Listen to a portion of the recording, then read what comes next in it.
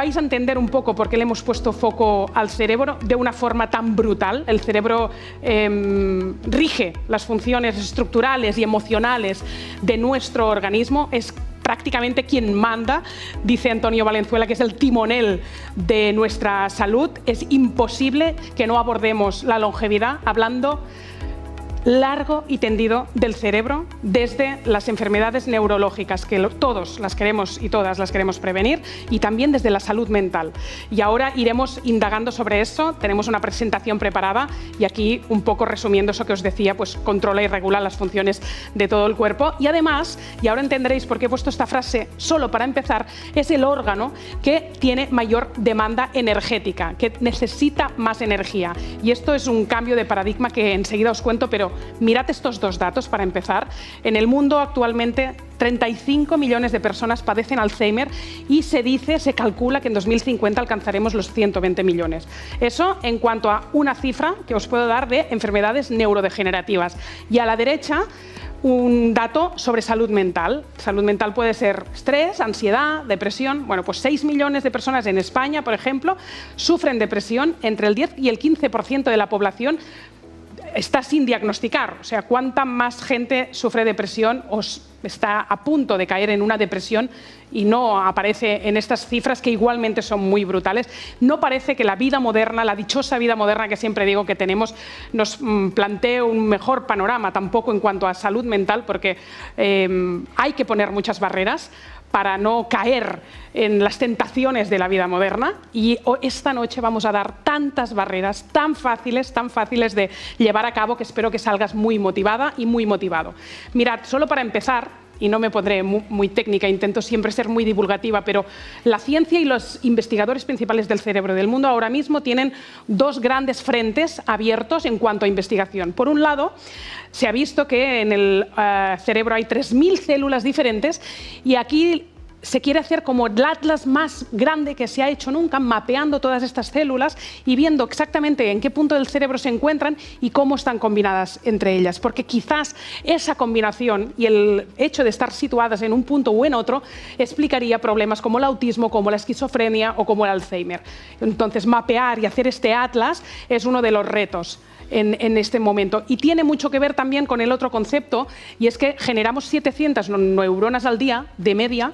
Tenemos millones de neuronas, tampoco sería tanto, después Antonio nos lo va a contar, pero aquí lo que se ha descubierto recién es que, a diferencia de lo que se pensaba, que a medida que vas haciendo años las neuronas van muriéndose y no hay regeneración de esas neuronas, ahora se sabe que sí, y que esto puede pasar más allá de los 80 años. Y este concepto se llama neurogénesis adulta, y también lo abordaremos un poquito esta noche, pero lo quiero decir desde el principio para pensar, oye, estamos aquí, que ya todos los que estáis metidos en el mundo de la salud y la alimentación sabéis que la epigenética, que es el estilo de vida, es fundamental para decidir un poco qué cartas te van a tocar en tu vida. Y evidentemente hay el factor suerte y el factor de la genética. Pero si encima descubrimos que a los 70 o a los 80 aún nuestro cuerpo es capaz de generar nuevas neuronas si hacemos las cosas bien, ¿quién no quiere firmar eso para no perder la cabeza, por ejemplo, y llegar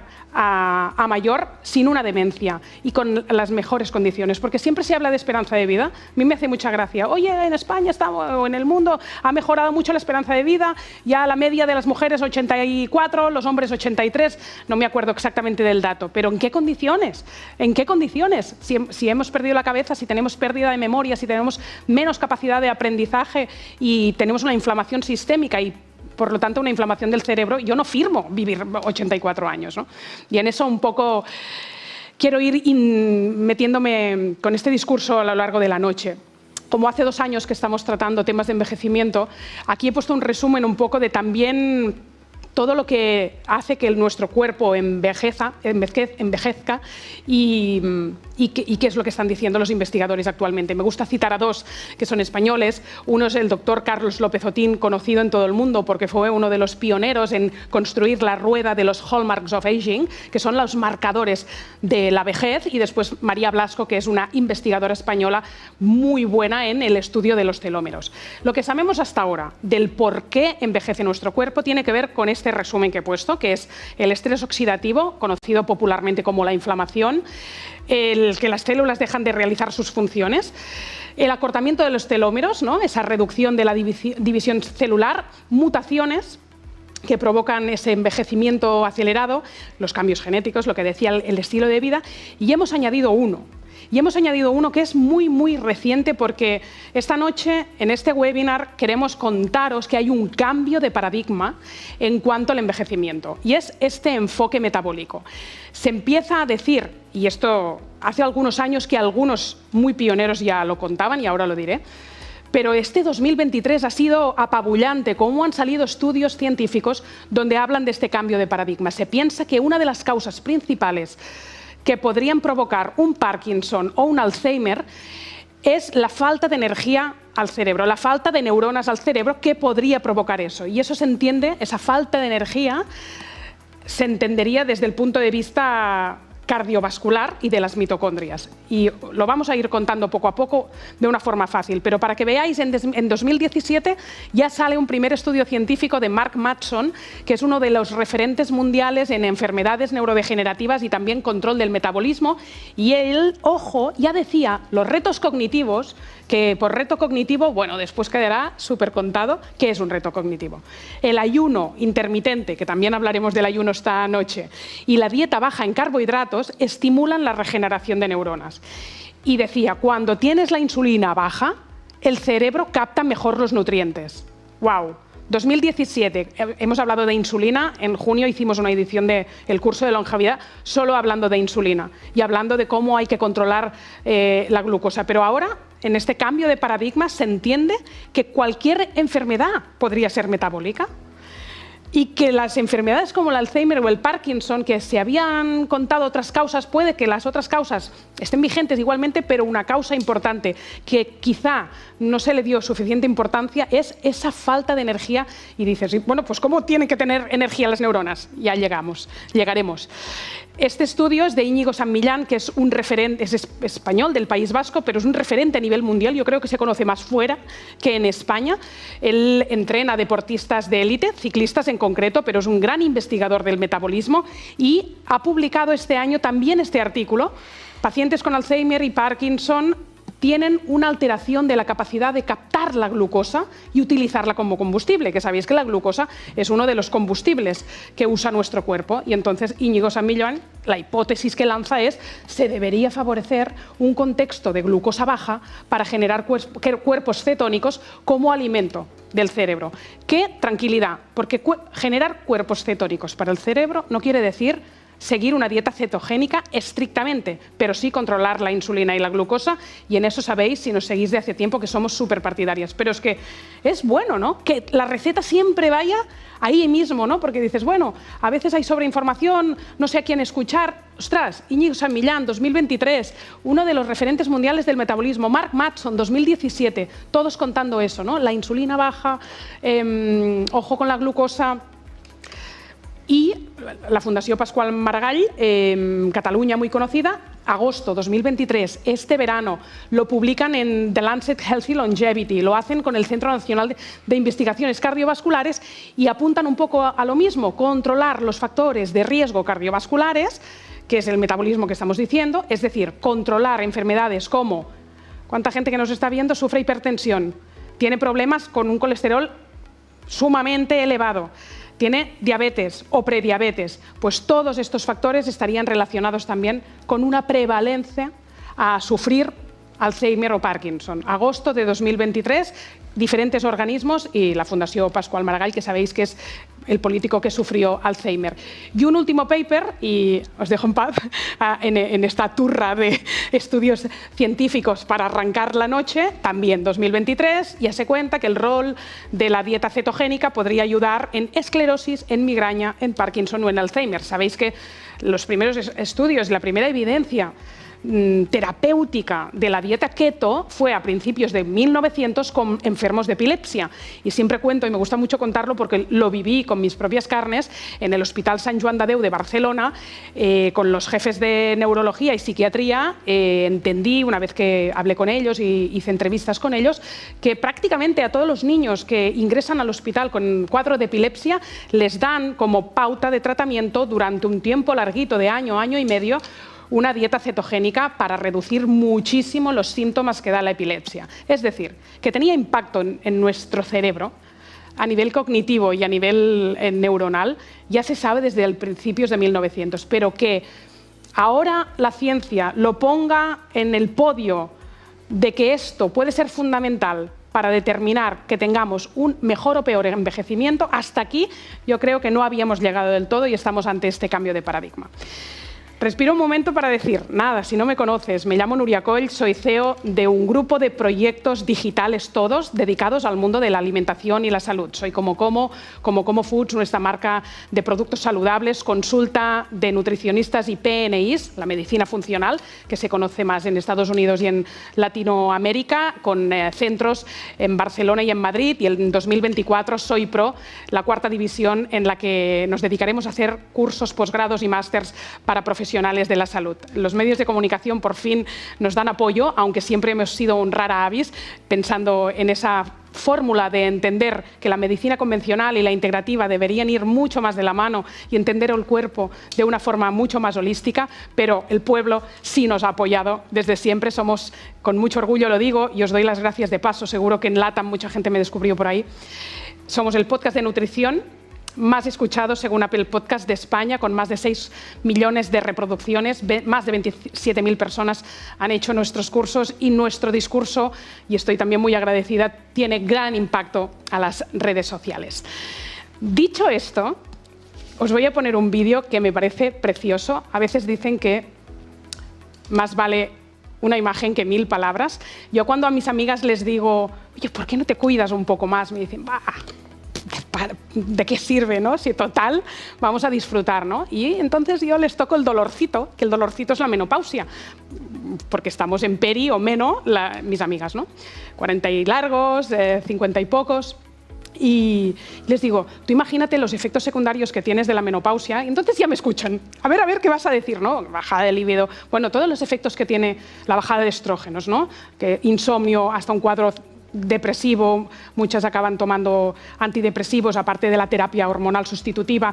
Y yo te digo, hostia, si te cuidaras, quizá en perimenopausia, y empezaras haciendo deporte de fuerza y todo lo que digo siempre, y lo que decimos, si estamos divulgando, quizá no tendrías estos efectos secundarios de la menopausia. Y si te pones a hacerlo a los 40 o a los 30, quizá pasarías por la menopausia prácticamente sin darte cuenta.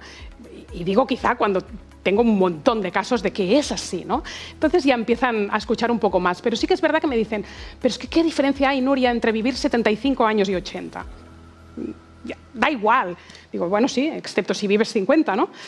Pero este anuncio que os voy a poner, que es antiguo, es de hace 10 años, lo hizo el gobierno de Canadá, y pensé, es así como tengo que reformular el discurso. Y desde entonces intento copiar el discurso de este vídeo, y no es como quieres para adelante, como quieres que sean los próximos años de tu vida. Es al revés, es cómo quieres que sean los últimos años de tu vida. Puedes tú escoger cómo quieres que sean los últimos años de tu vida, agonizando o disfrutando de la vida. Y cuando hablo de los últimos años, yo no digo de los 80 a los 90, porque las amigas volverán a decir que me da igual vivir 80 que 90, que ya está. Digo, no. ¿Cómo quieres que sean los últimos 30 años de tu vida? Mirad.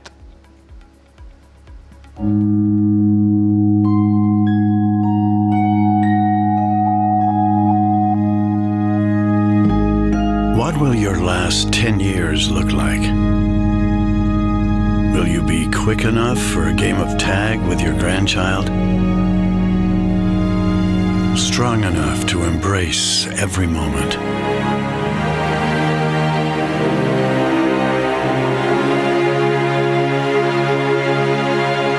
Will you grow old with vitality? Or get old with disease?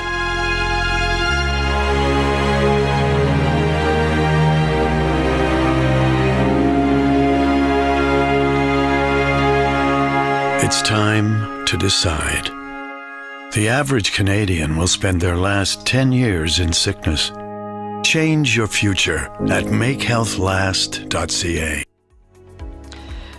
Y siguiendo un poco con eso, a mí este anuncio, lo vea las veces que lo vea, me pone la piel de gallina, ¿no? Porque seguro que todos sabemos qué escogeríamos, y aquí es cuando ves, ostras, sí, está en nuestras manos poderlo hacer, ¿no? Y a mí me gusta tener un discurso motivacional porque sé que podemos de verdad cambiar un poco las cartas y el destino, ¿no? de nuestra salud, y vivir a fondo hasta el final y tener pues una calidad de vida parecida de la que tenemos a los 40, a los 50, que podemos salir a andar, a pasear, dependerá de la patología, del momento vital, pero conseguir tener más o menos esta calidad de vida hasta el final es una gozada, ¿no? Yo tengo 43, pues imagínate si doblo y vivo 43 años más con cierta calidad de vida o con mucha calidad de vida. Y otra imagen que también vale más que 1000 palabras, y la pongo porque es que es de hace muy pocos días y me parece también una historia muy bonita. Es una americana, Dorothy Hoffner, 104 años, que se quiso tirar en paracaídas y hacer el récord Guinness, porque el récord Guinness lo tenía una persona con 103 años, y entonces lo hizo. Veis que va con caminador, ¿eh? O sea que ella iba con su reto, con su objetivo, pero tampoco estaba haciendo castañuelas. Y salió en prensa 2 veces en muy pocos días, porque a la semana murió. Para que veáis cómo puedes vivir hasta el final, ¿no? Y cómo, si tienes un propósito y si tienes una actitud vital súper positiva, tú dices, oye, si la trajeron en caminador hasta el momento del momento del paracaídas, quizás estaba postrada como aquellas personas de, ostras, no me puedo levantar del sofá realmente porque me falta energía y tengo mucho cansancio, quizá. Y al final hay algo de la personalidad, de la actitud vital de las personas que también es todo un aprendizaje y una buena lección para decir, oye, vamos a sacar la ilusión y la motivación y no intentar, que a veces Víctor Amat siempre lo decía, no, la vida es jodida y hay que estar jodido. Y es lo de la felicidad, lo que te raya es todo el día pensar que no eres feliz. Eso te está dando infelicidad, ¿de acuerdo? Pero, wow, puedes mejorar muchísimo tu actitud vital. Mirad, para hablar de cerebro esta noche, no me pondré muy técnica, pero sí que, ya que hablamos de este órgano, me gusta poner todas las partes que tiene, porque casi sería como todos los órganos que tiene el cuerpo, ¿no? Que tenemos el riñón, el hígado, pues aquí pasa todo, los pensamientos, el racionamiento, nuestra personalidad, nuestras decisiones, y también después todas las funciones químicas de tantos miles de neuronas que tiene nuestro cerebro en cada punto, ¿no? En la parte naranja, que es el lóbulo temporal, es donde están las emociones, que como estamos en el marco de hablar del cerebro desde lo físico, pero también desde las emociones y lo mental, esta noche pues quería dedicarme también a entender que el hipotálamo, la amígdala y el hipocampo, donde están las emociones, es una parte pequeña de ese lóbulo temporal que os contaba en la diapositiva anterior. Y me gusta también, después del proyecto de preparar esta charla, de entender un poco cuál es la receta y para qué nos sirve la receta. Me costó mucho, pero al final lo saqué, de escoger estos verbos que os pongo en esta diapositiva: prevenir, controlar, mejorar. Y todo con la misma receta, porque prevenir las enfermedades neurológicas es lo que pretendemos con todos los consejos que daremos esta noche y también en el curso que os presentaré al final, porque evidentemente para un Alzheimer pues no hay curación, y con todo eso yo pido siempre mucha responsabilidad. Esto no lo tenéis que tomar como un diagnóstico ni un tratamiento. La gente que esté haciendo cualquier seguimiento médico, esto es paralelo y puede ser complementario, pero para el Alzheimer pues ahora no hay una pastilla. Justo se está empezando a entender cuáles podrían ser los mejores tratamientos, pero es como que no llega, y tampoco llegan en términos de salud mental, porque tampoco hay una prueba objetiva para decir, mira, cuando te pasa esto en el cerebro, esta persona va a caer en una depresión. Ya se están empezando a medir pues, términos como la inflamación y la microbiota, que sí que dan señales en el cuerpo que podrían predisponer a problemas de salud mental, pero no, en temas de salud mental no hay una prueba objetiva. En temas de neurodegenerativas sí hay una prueba, pero tampoco hay una curación concreta. Entonces, vamos a prevenir, lo que sí que vamos es a controlar mucho mejor las enfermedades mentales, estrés, ansiedad, depresión, y vamos a mejorar eso que se dice hackear ahora en el mundo healthy, cuando está tan de moda hackear nuestro cuerpo. Vamos a mejorar el rendimiento cognitivo y la capacidad que tenemos de aprendizaje, para que nuestras neuronas estén siempre estimuladas, en permanente funcionamiento, porque esto será prevención y garantía de poder controlar mejor las enfermedades mentales y poder prevenir las neurodegenerativas. Porque dices, ¿para qué voy a mejorar el rendimiento cognitivo? ¿Para qué voy a estar aprendiendo? No lo necesito. Sí, Sí, sí. O sea, no es solo el hackeo del que lo quiere hacer, ¿no? Porque le gusta hacerlo todo súper bien y es muy friki. No, no. Es que te va a servir para prevenir las enfermedades neurológicas y las enfermedades mentales. Y la receta es la misma para todo y eso me parece una oportunidad. Mirad, estos 12 factores que siempre me gusta contar. ¿Cuál es el punto de partida? ¿Qué estamos haciendo mal que nos va a predisponer a tener estas enfermedades?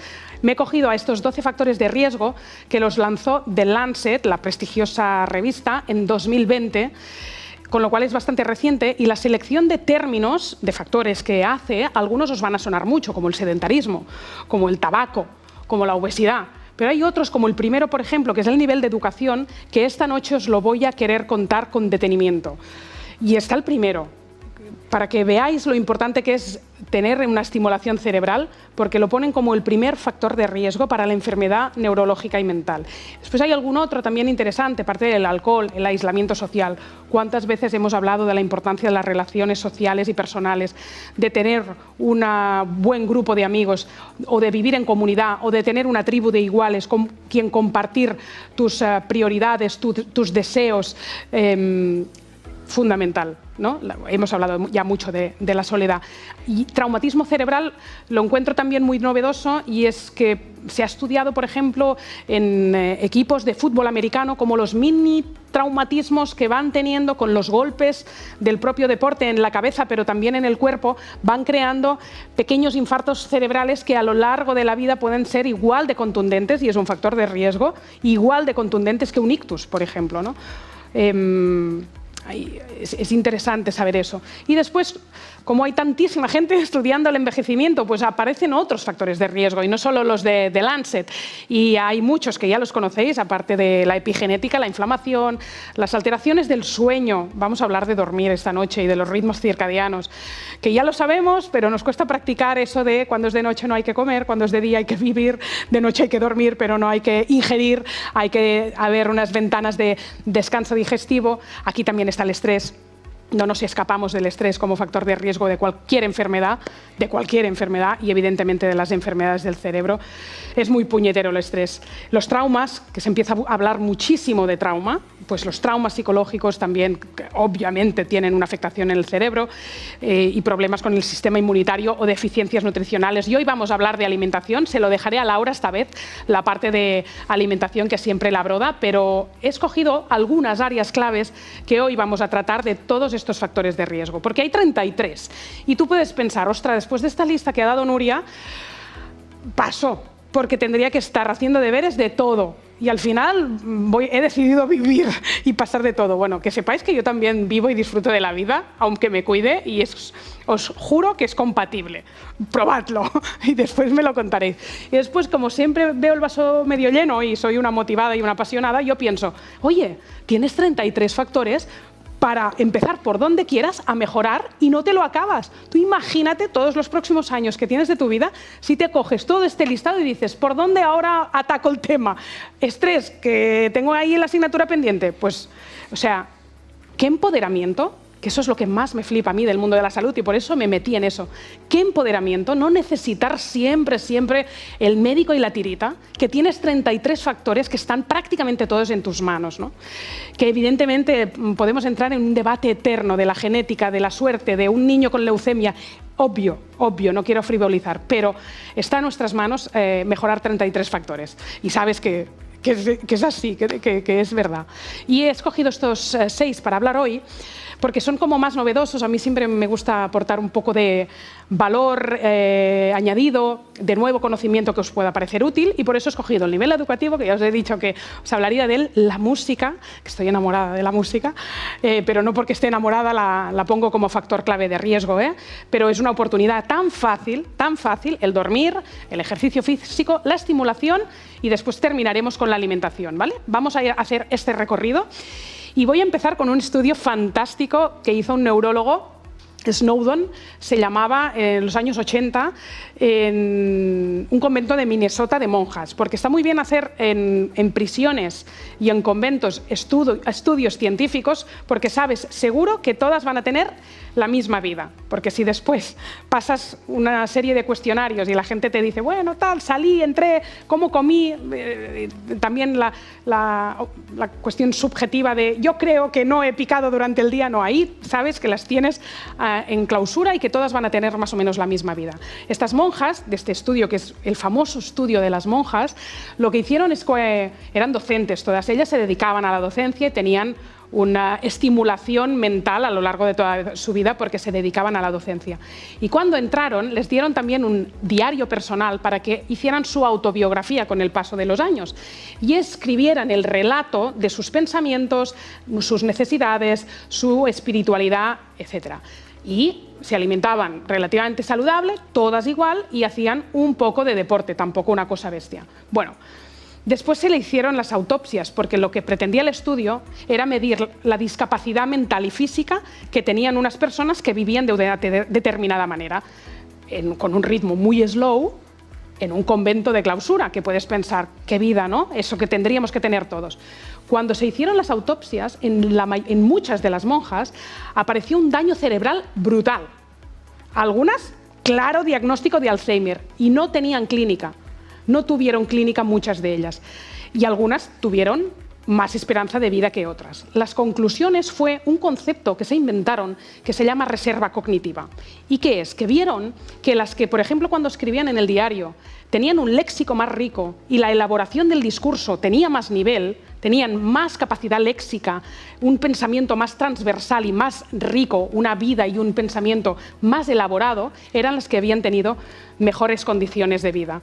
Es decir, el nivel educativo, el hecho que fueran docentes, a todas ya las predispuso a no mostrar la clínica. Hay muchas veces, eso Antonio Valenzuela lo cuenta también a sus pacientes, por mucho que clínicamente tú tengas la rodilla mal o un cuadro de Alzheimer una vez te hacen la autopsia, la manera como vives hará que esa clínica aparezca o no aparezca. Y eso me parece una oportunidad brutal, porque siempre dices, oye, yo tengo el gen tal, muy desarrollado, las cartas están tomadas, metí lo mal del hígado, no sé qué.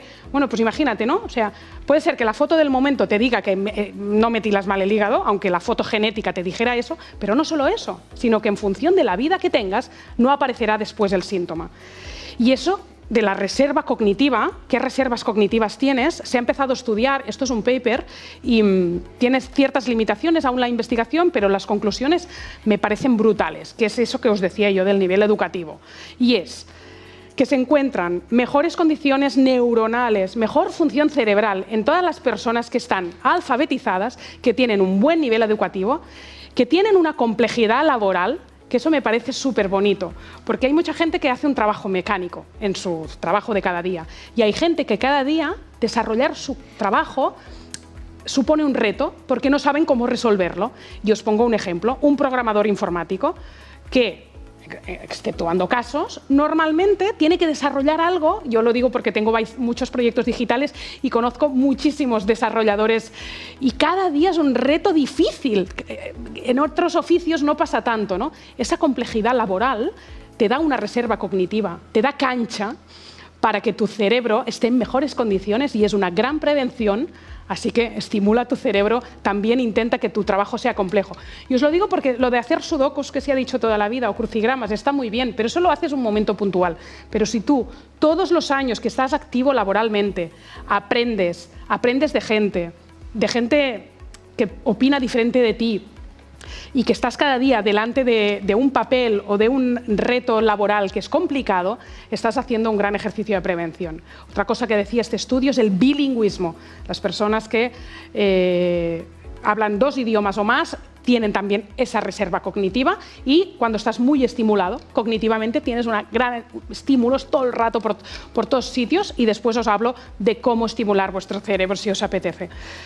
La música es un gran estimulador del cerebro. Los amantes de la música, que a mí me gusta mucho leerlos porque soy un amante de la música, dicen que la música es la mejor forma para ser feliz. Ser feliz en cuanto a eso, ¿no? Como estamos hablando tanto de salud mental, a mí me pasa, no sé si a vosotras y a vosotros también os pasará, yo a veces tengo la sensación de vivir como en una película, porque muchas horas de mi día voy con los auriculares o con la música puesta a través del teléfono, conectada con el cable dentro del coche, ¿no? Y tengo canciones que me estimulan muchísimo, algunas me estimulan la tristeza y llorar, no solo la alegría, pero me hacen sentir muy viva y entiendo ya la vida como que está pasando en una banda sonora constante y la encuentro hasta más emocionante y divertida la vida. No sé si os pasa eso, pero da igual porque objetivamente la música, los efectos directos que tiene sobre el organismo son brutales, aparte de esta estimulación emocional que yo siento. Mirad, ayuda a la recuperación metabólica después de ejercicio intenso. Ayuda o influye en la producción de células inmunológicas y puede ser protectora delante de un virus, de una infección, para combatir, ¿no? Las enfermedades vinculadas al sistema inmune. Favorece la neuroplasticidad, que es un concepto que hablaremos esta noche, con lo cual sirve de soporte para un panorama de Alzheimer, Parkinson o autismo, por ejemplo, ¿no? Y cuando una persona hace deporte, eso me parece muy nuevo y muy bonito también. A veces me dicen, cuando en redes sociales publico que salgo al bosque a correr y siempre voy con los auriculares, me pregunta la gente, pero Nuria, ¿no sería más sano que cuando vas a correr escucharas los pajaritos y así hueles mejor la naturaleza, el olor a pino y escuchas también el viento o el silencio? Y digo, sin duda, y eso en el programa lo vamos a contar. Pero también se ha visto que si tú escoges una música, por ejemplo, si voy a hacer cardio y corro, si escoges una música que va al compás de este movimiento, el cuerpo va como tan alineado que consume menos oxígeno y es más eficaz. Y pienso, ¡wow! Y eso no se ha dicho solo en los estudios, sino que también lo dice Jordi Jauset, que es doctor en comunicación y uno de los másters en neuromúsica mejor que tenemos en España. Ha publicado muchísimos libros, los ha autoeditado y los puedes encontrar sobre musicoterapia y el efecto de la música sobre el cerebro. Y él también, cuando habla de esta alineación de la música, dice, hey, las personas depresivas, para subir el ánimo, tú piensas, una música alegre. Pues no, melodías suaves para una persona depresiva. Y una persona hiperactiva, que tú estás ahí luchando para que se tranquilice, ¿no? Es como cuando vas al psicólogo. Estás muy nervioso, lo que debes hacer es tranquilizarte. Esto es lo peor que te puede decir, ¿no? Una persona muy nerviosa, lo peor que te puede decir, cálmate y haz yoga. Oye, no estás entendiendo, ¿no? Que no voy a conectar con eso. Pues con la música pasa lo mismo. El hiperactivo con tempos más rápidos funcionará mejor, el depresivo con melodías más suaves. Esto lo ha estudiado Jordi Jauset, que lleva años metidísimo en temas de música y como terapia, hasta el punto que, y él dice que ya está muy introducido en los hospitales, la música se usa en momentos claves de cirugías y operaciones importantes. Si suena la música en el momento de la operación, en la sala de operaciones, se ha visto y se ha estudiado que hay mejores recuperaciones en, por ejemplo, ictus y Parkinson, porque la música, también el ritmo de la música ayuda a resincronizar mejor los movimientos cuando han tenido esos fallos mecánicos, como por ejemplo el infarto cerebral, ¿no? Y la música lo sabemos, y también Jordi Jauset lo cuenta, que la persona que ha tocado un instrumento toda su vida, que ha estado en contacto con conservatorios, que tiene un grupo de música, o que simplemente es un aficionado que todo el día está escuchando música, genera más materia gris a lo largo de su vida, con lo cual tiene una predisposición cognitiva mucho mejor que aquella persona que ha pasado su vida sin estar cerca de esa música. Así que vamos a escuchar mucha música, si es que no lo haces ya a partir de hoy. Voy al tercer punto, perdonad, que es el dormir.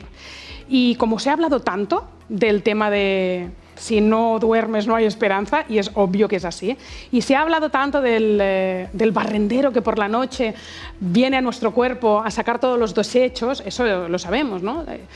Hasta hay horas concretas en que el cuerpo está haciendo esta función de barrer todos los desechos durante el día, y por eso es tan importante dormir, porque hay una regeneración durante la noche brutal. Y Néstor Sánchez, psiconeuroinmunólogo, en este libro que publicó este año, Primero dormir, después soñar, da algunas frases que a mí me gustan, aparte de contar eso, ¿no? De qué es lo que hace el cerebro, que literalmente se encoge, se exprime y drena todos los desechos del día. También dice, dormir mal condiciona que veas la vida a través de un velo de suciedad.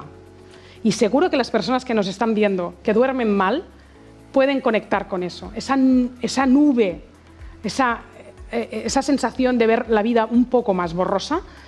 Es dramático, es dramático, pero es así y sé que es muy difícil lidiar con un insomnio crónico de 20 años y que no tenemos nunca, ¿no?, la pastilla mágica. Hoy daremos alguna explicación en cuanto a eso, pero sí vale la pena ponerle el foco como mínimo a intentar ponerle solución a eso, ¿no? Porque nadie quiere ver la vida con un velo de suciedad. Qué tristeza, ¿no? Una sola oportunidad que tenemos para venir a la vida. Y también cuenta en el libro que algo parecido.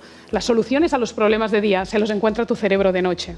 Tu cerebro de noche resuelve tus problemas de día. Sí que hay un punto que dices, si tú duermes bien, 7 horas, las que sean, 8, y tienes un montón de problemas durante el día, seguro que el día siguiente los ves distinto, ¿no? Es como cuando decimos consúltalo con la almohada. Pues tiene ciencia la frase, ¿no? Porque por la noche se van a resolver muchos de los quebraderos de cabeza que durante el día nos generan tanta preocupación. Dormir, fundamental. Hay un paper de este año, un estudio que hace pocas semanas lo publicó el endocrino Anselm Pujol, que también colabora a veces con nuestros proyectos y a mí me encanta seguirlo porque está súper al día de todos los estudios científicos. Y este estudio, yo pienso, ha salido un estudio de una cosa que yo ya pensaba desde hace tiempo y entonces pensé, por fin se ha documentado una sensación que noto siempre. No hay nada mejor que la clínica, yo soy la mejor conejilla de Indias para notar muchísimas cosas, porque tengo los mismos problemas a veces que el común de los mortales. Es verdad que los he ido resolviendo muchísimo, sobre todo los digestivos de cuando empecé, pero una mala noche la tiene cualquiera, y yo también. Y una mala noche, una sola mala noche, para que veáis cómo de fundamental es el dormir, nos puede provocar una actitud menos optimista, más pesimista ante la vida, pensamientos rumiantes, eso de no dejar de darle vueltas a las cosas y que nos distragamos más. Yo siempre digo, después de una mala noche, a veces mando un WhatsApp y le digo algo a una persona y digo, ¿por qué lo has hecho? Porque has tomado una mala decisión o has mandado a la mierda a una persona y a los 2 días tendrás que tirar marcha atrás, porque lo ves tan negro todo que dices, mira, tú y yo, lo nuestro, laboral, lo profesional, lo personal, hasta aquí, ¿no? Y ostras, te nubla la mente una sola mala noche. No sé si os pasa, te genera esta actitud súper triste, súper pesimista. Así que hay que conseguir que haya pocas malas noches en nuestra vida y, como siempre hago, intento entender por dónde van los tiros de todo, ¿no? De la suplementación, de los alimentos, de ese concepto del metabolismo, de la insulina y la glicina. Oye, todo es glicina a día de hoy. Mirad, si estabais en los cursos anteriores que hicimos de Joven a Cualquier Edad, nuestro curso de longevidad, la glicina ya la comentamos porque es un aminoácido muy importante que se encuentra en la proteína animal, pero no de forma fácil, porque está en los cartílagos y en las vísceras. Y por eso nos gusta tanto recomendar el caldo de huesos. Entonces, hasta aquí habíamos conocido que la glicina era buena por eso, ¿no? Por la ratio de aminoácidos, metionina, glicina y tal. Pero ahora, y ya lo sabíamos, es un gran precursor del glutatión, con lo cual actúa como un gran antioxidante. Y esto también lo dijimos. Pero ahora hay más vinculado al cerebro, que es ahí donde me interesa, porque resulta que la glicina mejora la calidad del sueño. Así que nos puede ayudar a dormir y a mejorar las funciones neurológicas.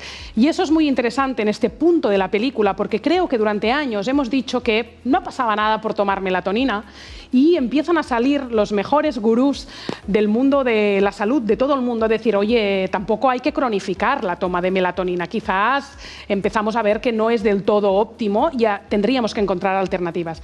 Y la alternativa de la glicina es barata y es dulce. Y hay gente que la toma con el café como si fuera un edulcorante, y yo, que estoy harta de cualquier edulcorante, porque a la mínima que nos casamos con uno ya salía la evidencia de que aquello tampoco no funcionaba, pues tenemos ahora un aminoácido que actúa como neurotransmisor de nuestro cerebro, o sea, como si fuera la serotonina o la dopamina, nos ayuda a conectar neuronas, actúa de neurotransmisor, nos ayuda a la química del cerebro, de tal forma que nos puede ayudar a dormir y a mejorar nuestras funciones neurológicas. Digo, hombre, pues en el webinar de cerebro tengo que hablar de glicina. Aquí me acompañan Laura y Antonio, que enseguida los voy a presentar, que se toman glicina y me han chivado, que en el chat seguro que lo vais a querer saber, que la glicina en polvo no tiene excipientes y sería una buena manera. Ahora mi equipo os puede poner algún enlace, pero los que estáis en Latinoamérica creo que tendréis también en Mercado Libre, en Amazon o en otros sitios alguna glicina sin excipientes en polvo. Y como también nos ayuda a las funciones diurnas, porque nos ayuda a preservar la salud cardiovascular, nos ayuda también a controlar la insulina, es mágica de día y es mágica de noche. Así que nos vamos a tomar 5 gramos de glicina por la mañana y 5 gramos de glicina, que es una cucharadita de postre pequeña, de las de café por la noche. Nos ayudará a la producción de colágeno, que es lo que decíamos antes, gracias a los aminoácidos, pero también a mejorar las funciones del sueño. Dentro del programa de longevidad que después os contaré hay mucha más suplementación y algún combinado interesante, pero la glicina está. La glicina está y queríamos que fuera una gran protagonista de esta noche. Después nos queda el deporte, nos queda hablar de una sustancia clave que se llama BDNF, que dirás, ¡ay, qué raro! Qué raro es eso. Bueno, pues es el gran fertilizante del cerebro. Hay que entender que es como una molécula, una proteína, que el deporte es quien nos la promueve más y hay algunas otras técnicas que podemos comentar. El BDNF, hay que estimular esta proteína, después lo contamos con más concreción con Antonio, y de rebote, a través del ejercicio físico, conseguiremos que sea la estrategia con mayor evidencia para el cerebro, porque hace todo esto. Gracias al BDNF, probablemente. Frena el deterioro cognitivo, previene enfermedades mentales y neurológicas, el deporte. Mejora la capacidad cognitiva y mejora los procesos de aprendizaje, que os pasará seguro. Voy a correr, me inspiro, voy a correr, vuelvo, me inspiro, voy a correr y ancla lo que acabo de estudiar, lo que acabo de leer. Es como hasta en los procesos de aprendizaje tiene sentido. Y ahora me preguntáis, ¿pero qué deporte? ¿Qué deporte? Bueno, pues aquí la novedad y no novedad, ¿no? Siempre se ha dicho, hacer ejercicio de cardio y hacer ejercicio de fuerza son muy interesantes los dos, pero es verdad que en términos de longevidad siempre estamos súper enfocadas a hablar del ejercicio de fuerza, porque hay que mantener el músculo, porque el músculo es la gran prevención para tener un envejecimiento saludable, y no solo para prevenir la sarcopenia, para todo el músculo es fundamental. Pero sí es verdad que si en términos de cerebro, que hoy estamos hablando del cerebro, nos ponemos estrictos, la evidencia de lo que nutre más el cerebro es el deporte de cardio. Y puede ser caminar, puede ser correr, hacer hits o ir en bicicleta, ¿vale? El cardio nutre el cerebro gracias a la oxigenación, ¿no? y esa vascularización, esa prevención cardiovascular que tenemos gracias al oxígeno que se produce cuando estamos practicando deporte. Igualmente, pongo a primera fila el cardio y después la fuerza, porque en términos de longevidad, que es de lo que estamos hablando, tenemos que hacer fuerza y cardio todas las semanas de nuestra vida. Y en cuanto a eso, vinculado a la salud mental, que hace un rato ya que no estoy hablando de estrés, ansiedad, depresión, este estudio científico también nos gusta mucho porque dice que con un solo día de ejercicio de fuerza, y ahora hablo solo de fuerza, ¿vale? Con solo un día de fuerza ya mejoran los síntomas de depresión. Con 3 días de fuerza a la semana, con 3, ya mejora depresión y ansiedad. Y, en general, mayor ejercicio, mayor frecuencia y más intensidad, lo que hemos dicho toda la noche, protege de las enfermedades mentales, pero también de las neurodegenerativas, pero estrés, ansiedad y depresión también. Eso vale la pena. Haz el deporte tantos días a la semana como puedas. No te sientas mal, 1 es mejor que 0. Y os decía cómo estimular el cerebro. Ya os he dicho algunos tips antes. Aquí hemos puesto, más allá de los sudokus y de los crucigramas, pues desarrollar un trabajo complejo, lo que hemos dicho antes, escuchar un episodio de un podcast de 5 minutos, vas a aprender, seguro, algo nuevo, de un área que te interese. Ponte un podcast de 10 minutos, una idea nueva a las 7 de la mañana para empezar el día, leer un solo capítulo de un libro, aprender un idioma. Y eso del aprendizaje de los idiomas y en general del estudio para el rendimiento cognitivo me hace pensar que es muy importante que yo os hable de aprender como una gran medicina anti-aging, mirad si no las monjas, pero después hay que memorizar esto que aprendemos, porque si no, no sirve de nada. Por eso están tan de moda sistemas y aplicaciones móviles como la famosa Active Recall, que sirven para memorizar, por ejemplo, para aprender un idioma, ¿no? Tengo un amigo que para aprender japonés se bajó Active Recall y la aplicación te va diciendo una palabra en japonés y al cabo de un rato el algoritmo te la vuelve a preguntar. ¿Fallas o aciertas? ¿Te acuerdas o no te acuerdas? Dices, me he acordado. Y al cabo de un rato, X minutos, cuando decide el algoritmo, te la vuelve a preguntar. ¿Te acuerdas o no te acuerdas? Quizá ya no te acuerdas, ¿no? Y en ese modo repetición, aunque parezca mentira, porque nunca nos ha gustado memorizar de esta manera, hay un punto en el que hay que memorizar. Ya veréis, Antonio y Laura, después se lo preguntaré, ¿cómo memorizan ellos? Hay un momento que hay que memorizar el aprendizaje y es importante.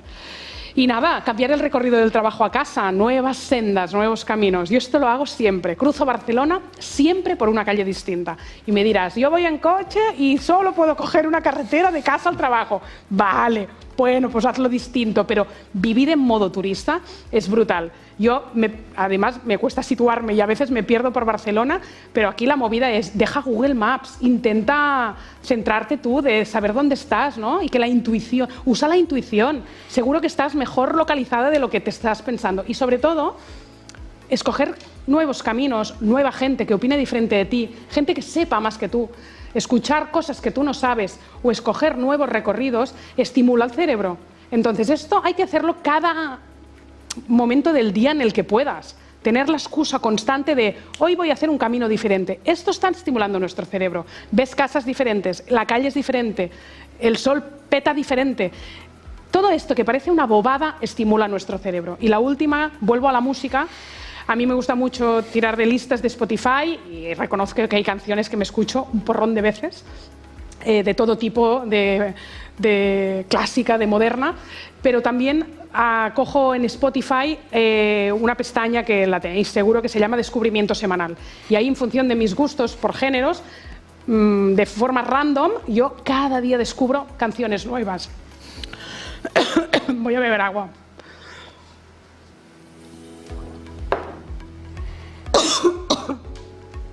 No puedo volar ahora, me he ahogado. Nos toca a nosotros. Sí. Que se te pase. No te preocupes, que seguimos nosotros. Exacto. Bueno, empiezo yo, ¿no? Porque sí, toca hablar de neurogénesis, esa me la dejáis a mí, ¿no? Adelante. Pues bueno, lo primero, que muy contento. Para mí es un honor estar aquí y estoy un poquito nervioso, sobre todo por esa sorpresa que viene después al final. Pero bueno. Neurogénesis. ¿Qué pasa con esa neurogénesis que Nuria nos ha contado antes de esa forma tan chula, tan interesante? Pues tenemos que pensar que sí, que la neurogénesis, que es generar nuevas neuronas, existe. Ya también estábamos hablando, y eso, bueno, es un cambio de paradigma muy grande, porque al principio se pensaba que nosotros nacíamos con un número de neuronas y que conforme que iban muriendo las perdíamos. Hoy día sabemos que no, que generamos nuevas neuronas.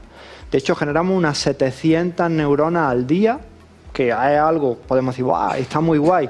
Pero claro, si lo ponemos en comparación de los 100.000 millones de neuronas que tenemos, suena quizá un poco a poco. Pero oye, algo es algo. Y también es una cosa muy importante de que solo se generan en una parte del cerebro, que es el hipocampo, que es una parte posiblemente de las más importantes, porque tiene que ver con la memoria, con el aprendizaje, con la socialización con otras personas y con la orientación espacial. De ahí que Nuria nos haya estado diciendo anteriormente que aprender cosas nuevas, que localizarnos, vivir en esa vida de explorar nuevos lugares, nuevos sitios, sea tan interesante para estimular a ese hipocampo. Pero claro, ahora podéis decir, bueno, Antonio, me estás diciendo que solo en el hipocampo, que son solo 700 neuronas, ¿qué hacemos con el resto del cerebro? Pues ahí tenemos el siguiente o el otro, digamos, concepto importante, que es la neuroplasticidad. Y esto ya sí que cambia totalmente la visión del juego. ¿Por qué? Nosotros sabemos que una neurona solo funciona si se conecta con la otra. Es decir, las neuronas funcionan conectándose unas con otras, generando caminos, sendas neuronales, circuitos neuronales, que eso hacen pues, que pensemos, que nos comportemos, que nos movamos. Es decir, quien tú eres depende de los circuitos neuronales que hay en tu cerebro. Eso tiene tanta importancia que piensa que si una neurona no se conectara con ninguna otra, moriría. Y eso es súper importante porque tiene una implicación clínica brutal. Entonces, ahora yo te voy a pedir que imagines tu cerebro como un árbol, como un bosque muy frondoso, ¿no? Entonces, cada árbol de ese bosque es una neurona, ¿no? Y ahora nos vamos a imaginar la copa de esos árboles que son las neuronas. Pues esa copa de esos árboles son las dendritas, ¿vale? Y las dendritas son lo que hace que las neuronas se conecten unas con otras, de forma y manera que puedan funcionar. Y aquí es donde cambia totalmente la cuestión, porque sí es cierto que nosotros no podemos duplicar de un árbol, de una neurona no puede salir otra, pero esa neurona sí puede multiplicar el número de dendritas que tiene, de conexiones que puede hacer y la calidad de las mismas. De forma y manera que aunque tenemos 100.000 millones de neuronas, si generamos una buena neuroplasticidad, podemos llegar a tener 1 millón de millones de conexiones. Imaginad la capacidad brutal que tiene nuestro cerebro de reorganizarse, de reestructurarse y de, cómo no, de decir curarse aunque esté dañado, porque mejora esa reconexión. Y eso, lo mejor de todo, es que lo conseguimos con la mayor parte, bueno, todos los hábitos que ha dicho Nuria anteriormente y muchos más que vamos a hablar ahora. Y ahí es donde está ese famoso, esa proteína mágica, ese fertilizante neuronal, el BDNF, el factor neurotrófico derivado del cerebro. Y eso es algo muy chulo, porque cuando decimos que es un fertilizante neuronal, es que es cierto, porque cuando nosotros cogemos en laboratorio una neurona y ponemos BDNF, ¿qué le pasa a la neurona? Que ese árbol dendrítico crece y se pone, pues eso, mucho más frondoso, mucho más saludable. De ahí que la gran diana de tratamiento para mejorar la calidad y el funcionamiento de nuestro cerebro sea estimular a esas neuronas. ¿Y eso con qué lo vamos a conseguir? Pues con todos los hábitos que hemos dicho, y también muy importante, el que ahora seguro que Laura nos va a hablar de una manera genial, de la alimentación. Qué buen presentador que eres, mirando a cámara. Es que lo sabéis hacer todo. He vuelto, no he muerto, porque están aquí todos. Ostras, Nuria, tal, que claro, hablas tan rápido que te estás ahogando. Mucha suerte, no me voy, estoy aquí, seguiré aquí, seguimos con el debate. Sí. Antonio Valenzuela, fisioterapeuta y psiconeuroinmunólogo clínico, también colabora con nosotros. Podemos decir con orgullo, Antonio, que eres el podcast más escuchado de las 3 temporadas, más de 1 millón de reproducciones. Cuando nos hablaste de neuroinflamación, yo creo que en aquel momento tú y yo no éramos conscientes, pero que algo ahí nació entre nosotros, porque además hablamos de neuroinflamación, de cerebro, sí. Descubrimos el grounding contigo. Lo fuerte es que tenías en el cerebro muchas más cosas para aportar y nos hemos inventado ahora esto que hace 2 años ya del podcast, sí. ¿No? Y lo que te quedaba por contar y además no paras de estudiar y de aprender. Y aquí Laura y Antonio son unos nerds en este sentido. Totalmente. Constante aprendizaje. Oye, es un lujo para nosotros que formen parte de nuestro proyecto. Laura García, mi socia, experta en temas de longevidad, gran chef, nos elabora el I+D de la empresa, de las recetas de Como Foods. Bienvenida. Muchas gracias, buenas noches. Y el metabolismo, ese enfoque metabólico, yo creo que se merece unos minutos más de explicación, ya que yo he dicho, oye, hay un cambio de paradigma. Eso. Y hay que entender un poquito más este concepto. Cuando decimos que todas las enfermedades son metabólicas, ¿qué quiere decir eso, Laura? Claro, normalmente cuando pensamos en el metabolismo pensamos en quemar grasa o en consumir calorías, pero realmente el metabolismo es mucho más que eso. Es un proceso mediante el cual transformamos los alimentos que ingerimos y el aire que respiramos en energía, ¿no? En ese ATP que consumen todas nuestras células. Pero el metabolismo está también muy implicado en tareas de mantenimiento celular y en tareas de limpieza, de limpiar los propios residuos que el proceso metabólico genera. Entonces tenemos que entender que el metabolismo se adapta constantemente a los estímulos que recibe del entorno. La calidad, importante, la calidad de los alimentos que consumimos, la calidad del aire que respiramos, el descanso, el ejercicio físico, está constantemente adaptándose, intentando mantener unos niveles, digamos, estables de energía, pase lo que pase en el entorno, ¿no? Pues para mantener el cuerpo, todos los sistemas funcionando. Al fin y al cabo, es la lucha del cuerpo por mantenerse con vida. Entonces, en este sentido es importante entender que cuando hay una alteración metabólica, un desequilibrio metabólico, lo que hay también es un desequilibrio energético que puede estar afectando a varios sistemas del cuerpo. Y hablando en concreto del cerebro, decíamos antes que el cerebro es un órgano que necesita muchísima energía, consume alrededor del 20% de nuestra energía. Y entonces ahí es fácil relacionar que si hay una alteración en el flujo energético al cerebro, pues pueden aparecer síntomas. Síntomas, por ejemplo, como los de la enfermedad mental, la depresión, la ansiedad, alteraciones estructurales que puedan desembocar en una enfermedad neurológica o incluso, a un menor nivel, pero también importante, pues problemas de aprendizaje, de concentración, de memoria, de rendimiento cognitivo, al fin y al cabo, ¿no? Entonces, lo que se ha visto durante estos años es que existe un gran vínculo entre las enfermedades metabólicas y y las enfermedades, tanto mentales como neurológicas. Por ejemplo, si tomamos la diabetes, las personas que padecen diabetes tienen entre 2 y 3 veces más probabilidades de sufrir depresión. Y las personas que padecen depresión tienen un 60% más de probabilidades de padecer diabetes. Lo mismo con la obesidad. Las personas que tienen obesidad tienen un 25% más de probabilidades de padecer ansiedad o depresión y un 50% más de probabilidades de padecer un trastorno bipolar. Y al revés, las personas que padecen una enfermedad mental tienen hasta 3 veces más posibilidades de padecer obesidad. Entonces, estos vínculos se encuentran constantemente entre unas enfermedades y otras. Y, por un lado, tener una enfermedad metabólica significa que tienes más probabilidades de tener otra enfermedad metabólica, pero se ha visto también que también incrementa las posibilidades de padecer una enfermedad mental o una enfermedad neurológica. Y son enfermedades que tienen un inmenso estigma, ¿no? Cuando ves una persona obesa o diabética o que ha tenido un infarto, a veces es inevitable pensar, bueno, pues quizás come demasiado, no hace suficiente actividad física, etcétera. Entonces, si bien es cierto que el contexto no siempre ayuda, pues vivimos ritmos de vida frenéticos y se han normalizado a veces alimentos que no son saludables, debemos pensar en términos de energía y de energía cerebral. Estas personas no estamos ante una epidemia de dejadez. Lo que ocurre es que estas personas no tienen suficiente energía a nivel cerebral. No es una cuestión de motivación, no es una cuestión de disciplina.